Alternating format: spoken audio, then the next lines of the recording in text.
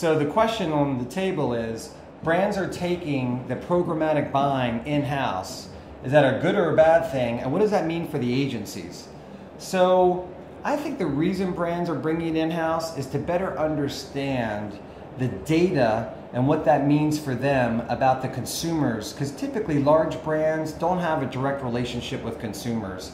So the value of data is very high when you sell your product through an intermediary.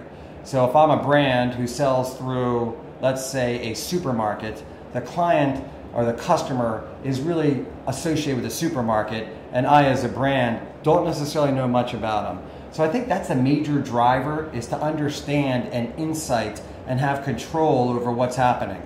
Now, in addition to that, a lot of brands have a different view on the evolution of the trading desk in the agencies and how agencies are operating. So it's another stress and why brands want to take this in-house. They love the idea that they can have total control and full transparency in their house, and there's no one in between them and that transparency.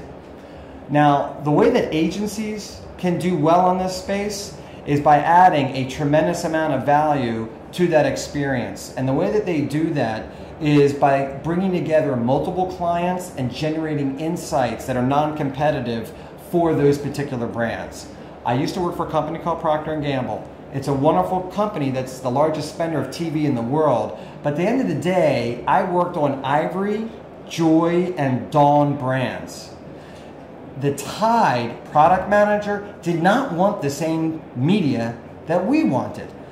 Our agency was much more effective at procuring and helping us get the right media for my particular set of brands than it was if I worked with my Tide partner. So in a weird way, the agency is actually a better aggregator of client need and buying power than the individual brand itself. And Procter & Gamble, being the largest spender, is the case in point. So I think agencies have a huge opportunity in the future where they can add a lot of value through their ability to combine the spend of multiple clients and generate insights and have that buying power.